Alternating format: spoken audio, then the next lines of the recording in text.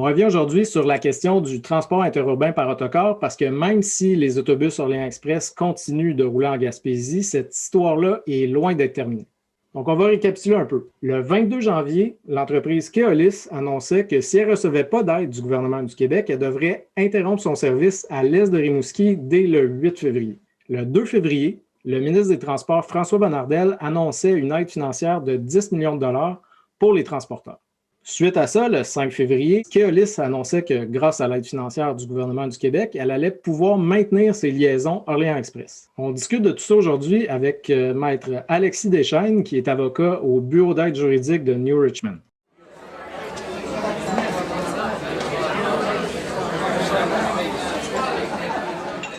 Bonjour, Monsieur Deschênes. Bonjour, M. Dussault.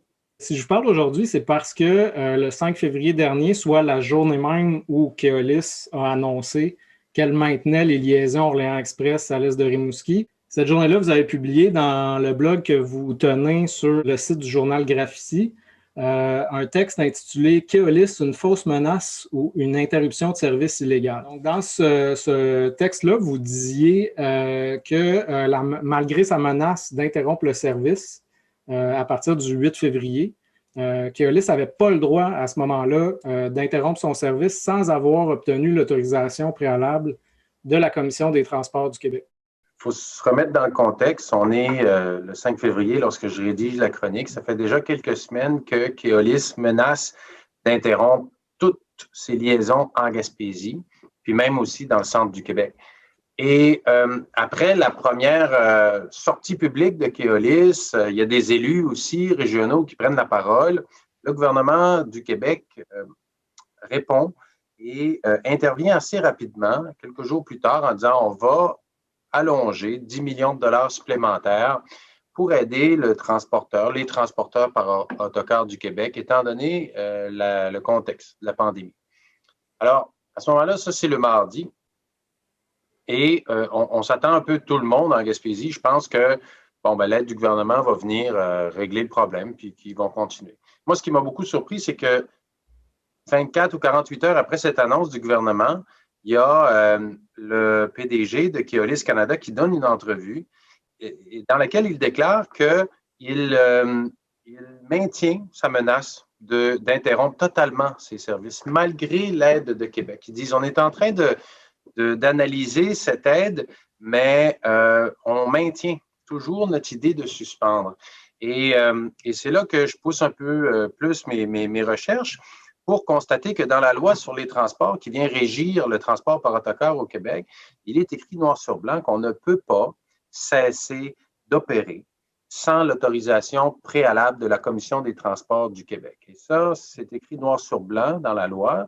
Donc, on doit obtenir une autorisation de la Commission des transports du Québec si on veut supprimer un service, mais si on veut réduire un service. Alors, le transport par autocar au Québec, c'est très réglementé. Et ce qu'on comprend lorsqu'on lit autant la loi que les règlements, que la jurisprudence de la Commission des transports, c'est qu'on parle d'un service qui est essentiel.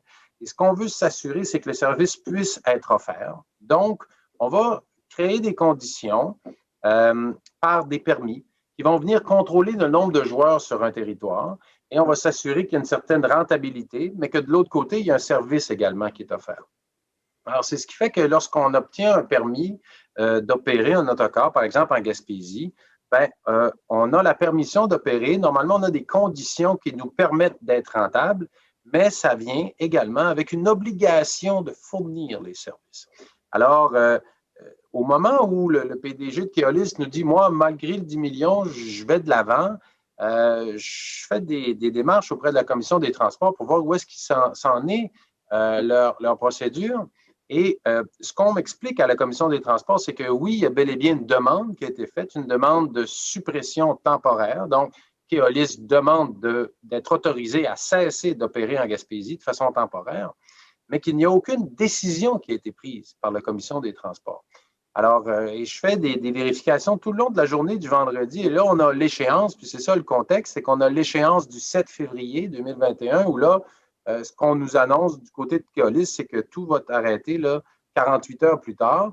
il y a des gens qui ont besoin du transport par autocar en Gaspésie, notamment pour aller chercher des soins médicaux, des gens qui ont des rendez-vous la semaine prochaine et là qui sont en train d'angoisser à savoir comment je vais faire, moi, pour me rendre, pour obtenir mes soins médicaux. Et alors, ce que j'écris ce vendredi-là, on le publie là, à 4 heures de l'après-midi, c'est que c'est soit une fausse menace lorsqu'ils nous disent qu'ils vont cesser leurs opérations, ou bien ils s'apprêtent à faire une interruption de service qui est illégale. Et j'expose tout ça.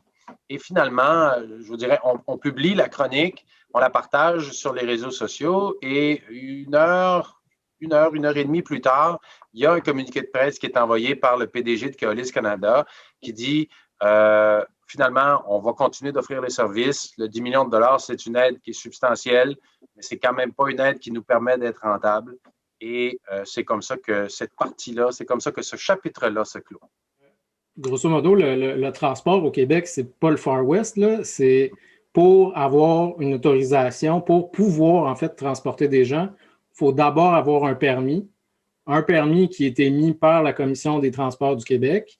D'ailleurs, Keolis venait de faire une demande de renouvellement de son permis. Exactement. Les permis n'ont pas des durées indéfinies. Donc, ils ont des durées et on doit demander de les renouveler.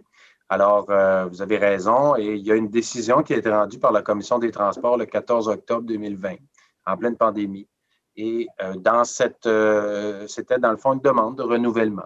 Alors, Keolis s'était présenté à la Commission des transports pour dire on veut continuer de desservir le nord de la péninsule, donc un permis qui nous permet de faire Rimouski-Gaspé en arrêtant à Cap-Chat, et un autre permis qui nous permet de faire le sud, donc le sud de la péninsule, en arrêtant par la baie des Chaleurs et en se rendant jusqu'à Gaspé. À ce moment-là, il y a des critères. La Commission des transports, avant de renouveler un permis, ce sont les mêmes critères que lorsqu'elle doit octroyer un permis. Elle doit s'assurer, et vraiment, la loi et le règlement est très bien fait parce qu'on semble couvrir toutes les angles. On va dire, avant de vous octroyer un permis ou de vous renouveler un permis, on va vous assurer que vous n'êtes pas n'importe qui. Hein? On va vous assurer que vous n'êtes pas des cow-boys, que vous avez de l'expérience, que vous avez de l'expertise, que vous avez les véhicules qu'il faut pour offrir le service. Donc, on va d'abord vérifier cet aspect-là. On va aussi s'assurer que vous avez des assises assez solides pour que vous vous embarquez là-dedans, mais que vous avez comme un plan financier, puis quelque chose qui peut nous rassurer. On va s'assurer que d'après votre plan d'affaires, vous allez être rentable parce qu'on ne veut pas que vous fassiez faillite 3 mois plus tard puis que les gens n'aient pas de service. Et puis, on va regarder aussi les besoins de la population. Alors, ce sont ces critères-là qui avaient été vérifiés par la Commission des transports au mois d'octobre. Et lorsqu'on lit cette décision-là, il y a un passage qui m'a frappé, c'est qu'en octobre 2020, alors qu'on est en pleine pandémie, Keolis donc dépose ses états financiers et demande le renouvellement, demande aussi une ordonnance de non-publication. Donc, on n'a pas accès aux chiffres, aux prévisions budgétaires de Keolis, mais quand même, la Commission nous dit, après avoir analysé ces chiffres-là, que les revenus projetés sont suffisants pour maintenir une rentabilité acceptable sur les services pour lesquels elle demande les permis visés. Donc, en octobre 2020, la Commission conclut que Keolis peut continuer d'opérer tout en étant rentable en Gaspésie, même s'il y a la pandémie. Donc, c'est ça. Même s'il y a la pandémie, en octobre, Keolis fait la preuve que son service va être rentable en Gaspésie.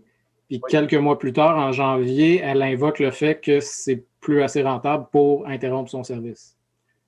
La demande de suppression temporaire qui a été envoyée à la Commission des transports, moi, j'en ai pas encore eu de copie. Qui était envoyée le 29 janvier, je crois? Oui, c'est ça, qui a été reçu le 29 janvier à la Commission des transports. J'en ai pas eu de copie, alors je ne peux pas vous dire ce qui est allégué là-dedans.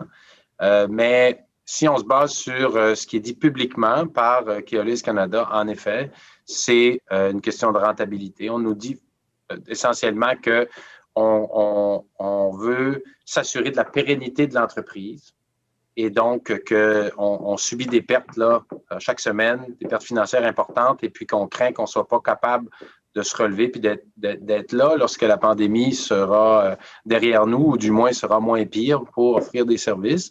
Puis on nous dit, la part de Keolis qu'il y a des pertes financières importantes parce qu'il y a moins de monde qui prennent l'autobus, ce qui est très crédible comme argument. Là, on se doute en effet qu'il y a moins de monde dans les autobus aujourd'hui qu'à tout autre temps, étant donné la pandémie, les restrictions de voyage. Keolis, c'est une multinationale française qui assure des services là, à plusieurs endroits en Europe, qui a acquis Orléans Express il y a quelques années.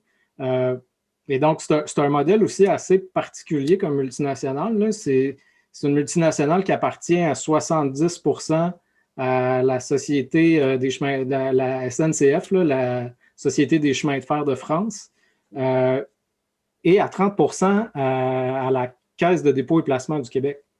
Donc, 100% d'argent public dans cette multinationale. Oui, c'est tout à fait ça. Donc, Keolis est une grande entreprise basée en France, mais présente dans 15 pays. Donc, en Europe, mais également en Chine, en Inde, aux États-Unis, au Royaume-Uni. En effet, donc, c'est une entreprise qui, assurément, a des assises financières très solides, puisque derrière la Société nationale des chemins de fer français, il y a l'État français. Alors, c'est aussi solide que le pays qu'est la France.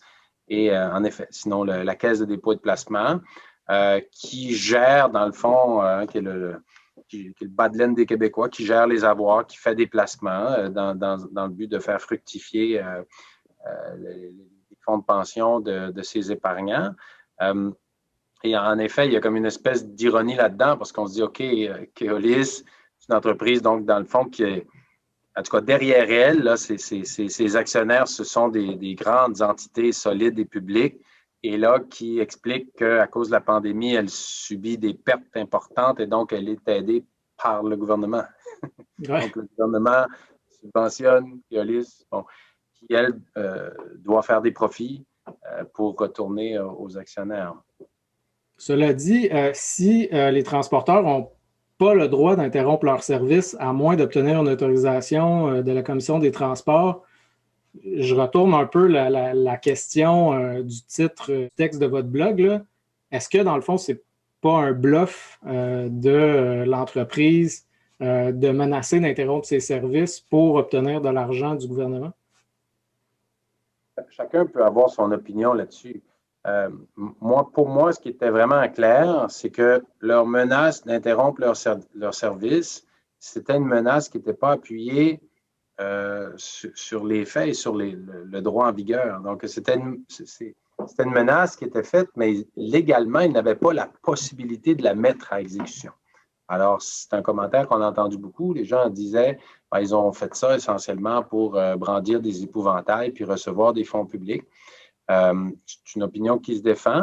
Maintenant, c'est sûr aussi qu'objectivement, il y a une situation où pour les transporteurs, je pense autant par autocar que par avion, c'est une situation qui est difficile présentement. Et ça, je pense que ça fait partie aussi là, du portrait et de l'analyse qu'on doit faire de la situation. Bien sûr, c'est présentement une année qui n'est pas très intéressante pour les transporteurs, mais c'est temporaire.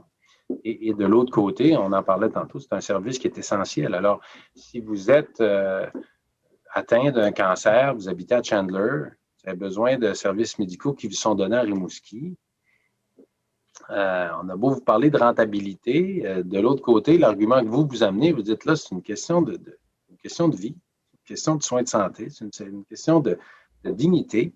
Et moi, ça, je trouve que c'est un argument qui est très fort. Et je pense que c'est comme ça aussi qu'il faut peut-être regarder tout ça. On parle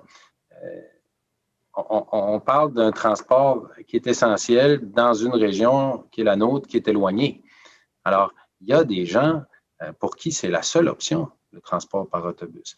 Et non seulement ces gens-là qui en ont besoin pour aller chercher des soins médicaux, puis il y a d'autres exemples, je prends celui-là, mais non seulement ces gens-là ont l'anxiété qui vient avec la maladie, non seulement ils ne sont pas capables de recevoir des services en Gaspésie parce qu'on n'est pas doté de soins spécialisés autant qu'on aimerait. Et là, troisièmement, en plus, on est en train de leur enlever les moyens d'y avoir accès à leurs soins de santé. Alors je pense que dans toute cette discussion, il faut prendre la peine puis utiliser de l'empathie et de la compassion pour voir la situation à travers les yeux de ces gens-là. peut-être qu'il y a moins de monde dans les autobus qu'avant, mais même si c'est juste 2 personnes, ou même si c'est 4, ou même si c'est 8, c'est des raisons comme ça, c'est absolument nécessaire pour ces gens-là. Il y a moins de gens, évidemment, pour rendre ce service-là rentable, mais justement, il y avait avant un autre service qui était, je dirais, un petit peu plus adapté, qui était Taxi Fortin. Puis justement, ben, en fait, Taxi Fortin a dû fermer ses portes, notamment parce que Keolis est arrivé.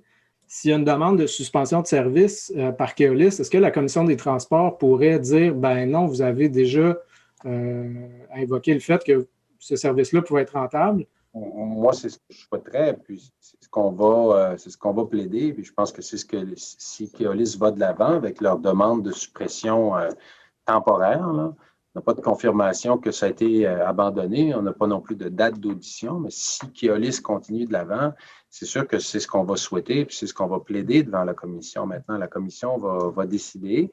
Le fait que vous parliez de Taxi Fortin, le fait que Taxi Fortin a décidé de cesser son service parce qu'il y avait eu une demande faite par Orléans Express, une contestation où Orléans disait que Taxi Fortin excédait ce qu'elle pouvait offrir à l'intérieur de son permis, ça aura peut-être un impact lors de l'audition parce que lorsque la Commission des transports va se pencher sur cette demande, si elle le fait, sur une suppression là, de service, elle devra se poser cette question-là. Est-ce qu'il y a des alternatives?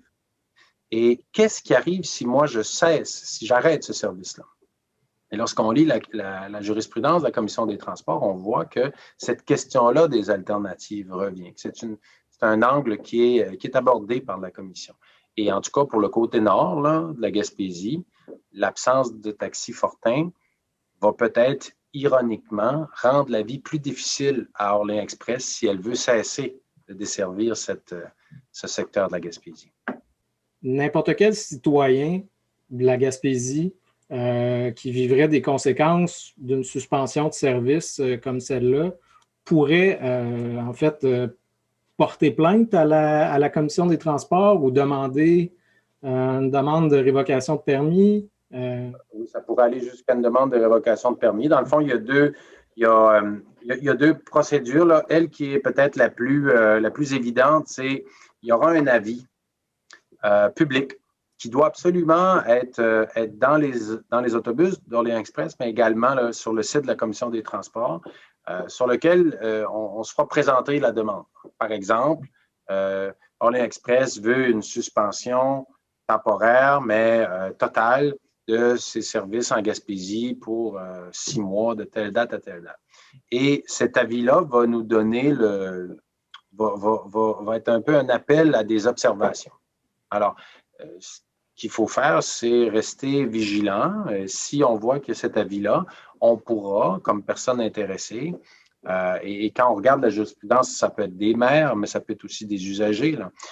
On pourrait écrire et de dire qu'on veut présenter des observations. Il y a la possibilité d'en faire des observations écrites, mais dans un cas comme celui-là, là, je pense que ce serait probablement ce qu'on me dit, c'est que ce serait une audition.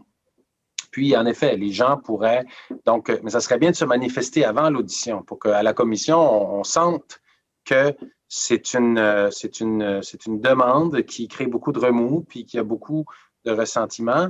Parce que, encore une fois, lorsque je lis la jurisprudence de la Commission des transports, on sent que la réaction de la population est un fait important, est un critère important que regarde la Commission. Et lorsqu'on voit, il y a parfois des demandes qui sont faites, et lorsqu'on voit que personne ne réagit, puis personne ne fait rien, bien, souvent, le résultat, c'est que la Commission accorde la demande de suppression de service. Au contraire, lorsqu'on voit qu'il y a plusieurs personnes qui interviennent, qui s'opposent, qui viennent expliquer, bien, ça vient aider la Commission, moi je pense aussi, à prendre une bonne décision, puis ça vient lui apporter de la preuve sur la question là, des besoins de la clientèle visée.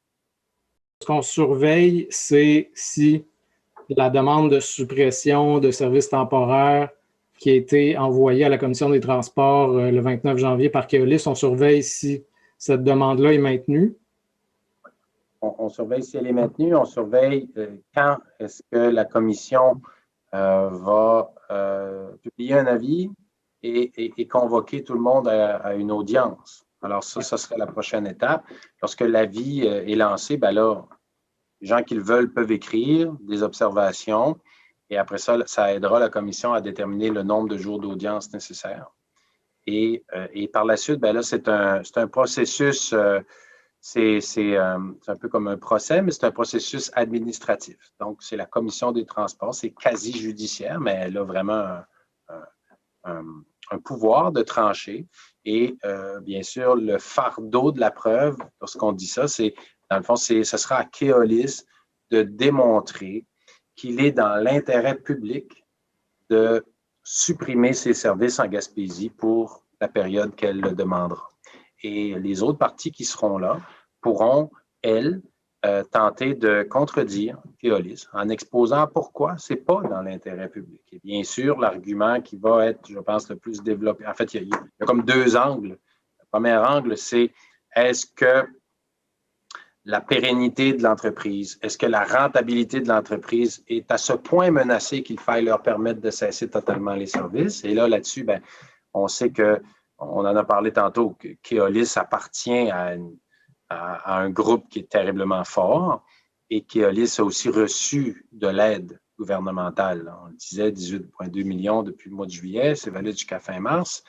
Et il y a aussi de l'aide des MRC de la Gaspésie qui ont versé de l'aide pour ça. Donc, il y aura un débat sur la rentabilité, sur la pérennité de l'entreprise. Et déjà, ce qu'on entend beaucoup, c'est qu'il y a toute la question des marchandises. Donc, il y a le transport de personnes par autocar, mais bien sûr, vous savez, on peut se faire livrer, on utilise les autocars pour livrer aussi de la marchandise. Et il y a beaucoup de gens qui disent, bien, on aimerait ça que ça soit inclus dans le calcul. Apparemment, ça n'a pas été fait lors de demandes précédentes par Keolis, mais ça fera peut-être l'objet d'observation quand même, de dire, regardez, lorsqu'on regarde la rentabilité, il faut regarder la rentabilité de tout ce qui est fait.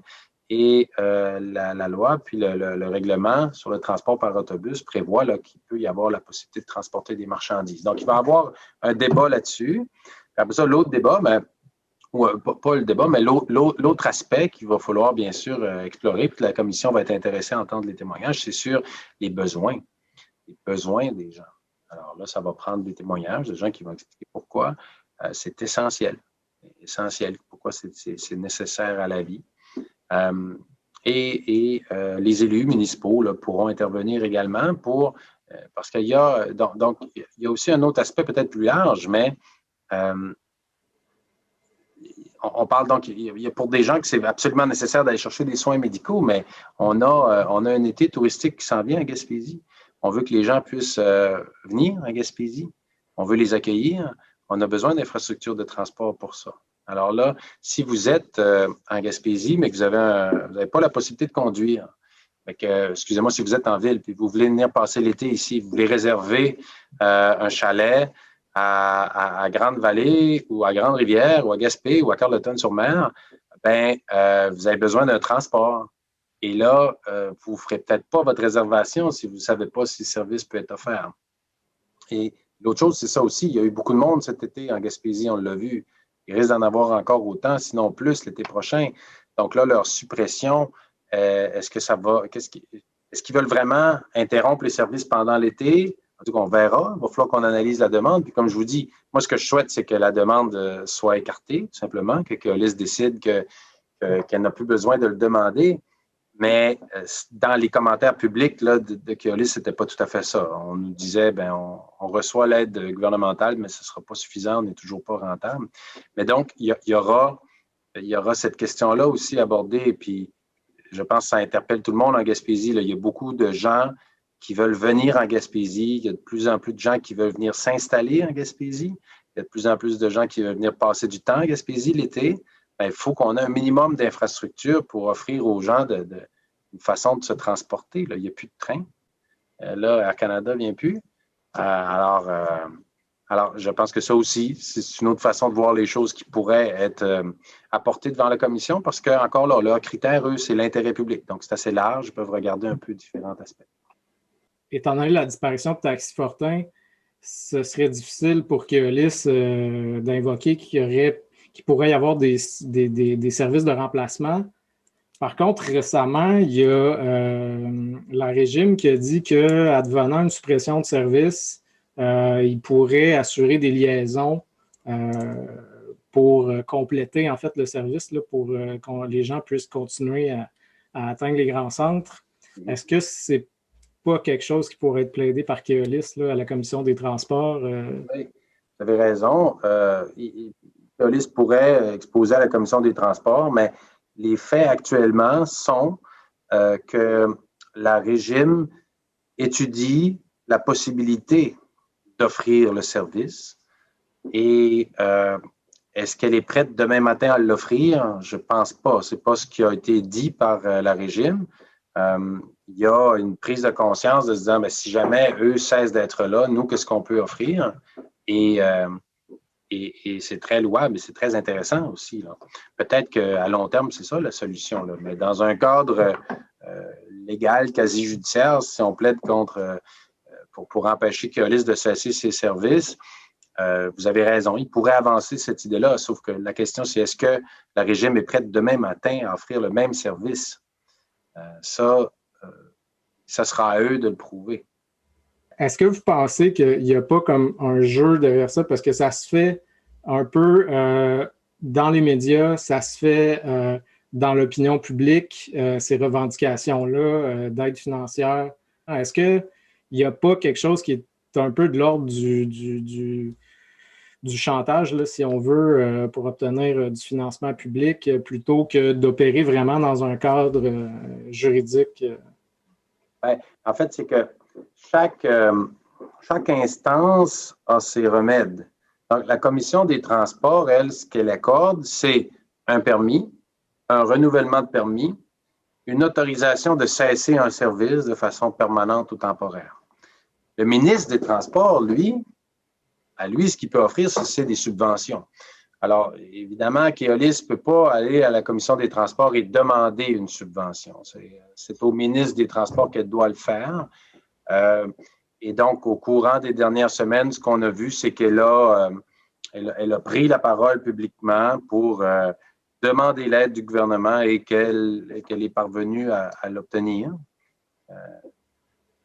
Présentement, on a sauvé les meubles en Gaspésie, mais moi, je pense que c'est vraiment important que tout le monde soit vigilant. Parce qu'au-delà de la discussion qu'il y a entre le ministre des Transports et Keolis sur l'aide qui devrait être versée en temps de pandémie, au-delà de ça, il y a des gens en Gaspésie qui ont besoin d'un service d'autocar et on doit s'assurer que ces gens-là aient toujours accès à un service d'autocar. C'est pas demandé tant que ça, là. On demande juste un minimum et il va falloir qu'on soit vigilant pour s'assurer qu'on ne nous l'enlève pas. On continue, justement, comme vous le dites, d'être vigilant. Et puis, je vous remercie beaucoup d'avoir répondu à mes questions, Maître Deschênes. C'était très éclairant aujourd'hui. Merci beaucoup. Ça me fait grand plaisir.